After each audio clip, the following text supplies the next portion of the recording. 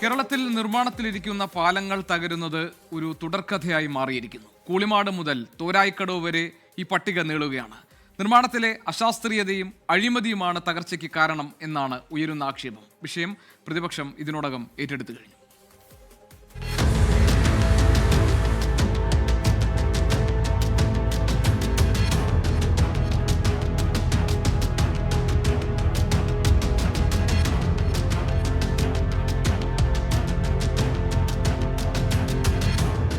നാലു വർഷത്തിനുള്ളിൽ 100-ലേറെ പാലങ്ങൾ നിർമ്മിച്ചുവെന്ന് അരുവിക്കര മണ്ഡലത്തിലെ 3 പാലങ്ങളുടെ നിർമ്മാണോദ്ഘാടനം നിർവഹിച്ചുകൊണ്ട് പൊതുമരാമത്ത് വകുപ്പ് മന്ത്രി PA മുഹമ്മദ് റിയാസ് മേനി പറഞ്ഞതിനു പിന്നാലെയാണ് ഓഗസ്റ്റ് ആദ്യവാരത്തിൽ മാവേലിക്കരയിൽ ചെട്ടിക്കുളങ്ങര ചെന്നിത്തല പഞ്ചായത്തുകളെ ബന്ധിപ്പിക്കുന്ന കീച്ചേരിക്കടവ് പാലത്തിന്റെ ഗർഡർ തകർന്നു വീണ് 2 തൊഴിലാളികൾ കൊല്ലപ്പെട്ടത്. പിന്നാലെ ഇന്നലെ വൈകിട്ടോടെ കൊയിലാണ്ടി ബാലുശ്ശേരി മണ്ഡലങ്ങളെ ബന്ധിപ്പിക്കുന്ന തോരായിക്കടവ് പാലവും തകർന്നു വീണു. പാലങ്ങളുടെ കൂട്ടത്തകർച്ചയോടെ പൊതുമരാമത്ത് വകുപ്പിനു നേരെ വലിയ വിമർശനങ്ങളാണ് ഉയരുന്നത്.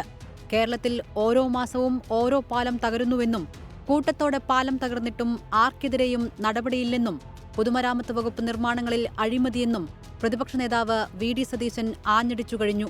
കേരള ഗവൺമെന്റിന് NHIക്കെതിരെ പരാതിയില്ല, കേന്ദ്ര ഉപരിതല വകുപ്പിനെതിരെ പരാതിയില്ല. എങ്ങനെ പരാതിപ്പെടാൻ പറ്റും?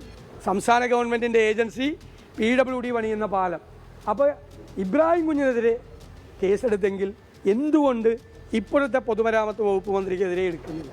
മാവേലിക്കരയിൽ ചെട്ടിക്കുളങ്ങര ചെന്നിത്തല പഞ്ചായത്തുകളെ ബന്ധിപ്പിക്കുന്ന കീച്ചേരിക്കടവ് പാലത്തിന്റെ ഗർഡർ തകർന്ന് തൊഴിലാളികളായ ഹരിപ്പാട് സ്വദേശി ബിനുവും മാവേലിക്കര സ്വദേശി രാഘവ് കുമാറുമാണ് മരിച്ചത്.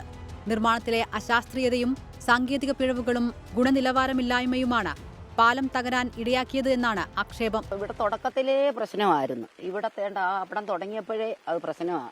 തുടക്കം മുതലേ വിഷയങ്ങളായത്. അത് തന്നെയല്ല, ഇത് സപ്പോർട്ട് പോലും കൊടുക്കാതാണ് അവർ വാർക്കാന്. സപ്പോർട്ട് കൊടുത്താൽ അവർ വെള്ളപ്പൊക്കത്തിന് ഒരു വലിയ തടി വന്ന് ഇത്തേ വന്ന് അടിച്ച് എന്നിട്ട് തന്നെ അതിനിതുണ്ടായിരുന്നു. നാട്ടുകാർ പറഞ്ഞതാണ്, നാട്ടുകാരുടെ ഇവിടെയുള്ള വീട്ടുകാർ പറഞ്ഞതാണ്, ഇത് ഒരു കാരണവശാലും നിങ്ങൾ വെള്ളം താഴെ വാർക്കരുത്. തോരായിക്കടവ് പാലത്തിന്റെ തകർച്ചയിൽ കേരള റോഡ് ഫണ്ട് ബോർഡിനോട് റിപ്പോർട്ട് തേടിയിട്ടുണ്ടെന്നും കുറ്റക്കാർക്കെതിരെ ഒരു വിട്ടുവീഴ്ചയും കൂടാതെ നടപടിയുണ്ടാകുമെന്നും പൊതുമരാമത്ത് വകുപ്പ് മന്ത്രി PA മുഹമ്മദ് റിയാസ് പറയുന്നു. ഇത്തരം കാര്യങ്ങൾ നേരത്തെ തന്നെ കർക്കശ നിർദ്ദേശം നൽകുന്നു, ഇതിന് പ്രത്യേക പരിശോധന നടത്താറുണ്ട്. എന്നിട്ടും വീഴ്ച വന്നിട്ടുണ്ടെങ്കിൽ എങ്ങനെ നമ്മൾ അതിനോട് കോംപ്രമൈസ് ചെയ്യും? ഒരു തരത്തിലും കോംപ്രമൈസ് ചെയ്യാൻ പറ്റില്ല. 2022 മലപ്പുറം കോഴിക്കോട് ജില്ലകളെ ബന്ധിപ്പിക്കുന്ന കൂളിമാട് പാലവും നിർമ്മാണത്തിനിടെയാണ് തകർന്നത്. ദേശീയപാത അതോറിറ്റിയുടെ കീഴിലുള്ള പാലങ്ങളും സമീപകാലത്ത് തകർന്നിരുന്നു.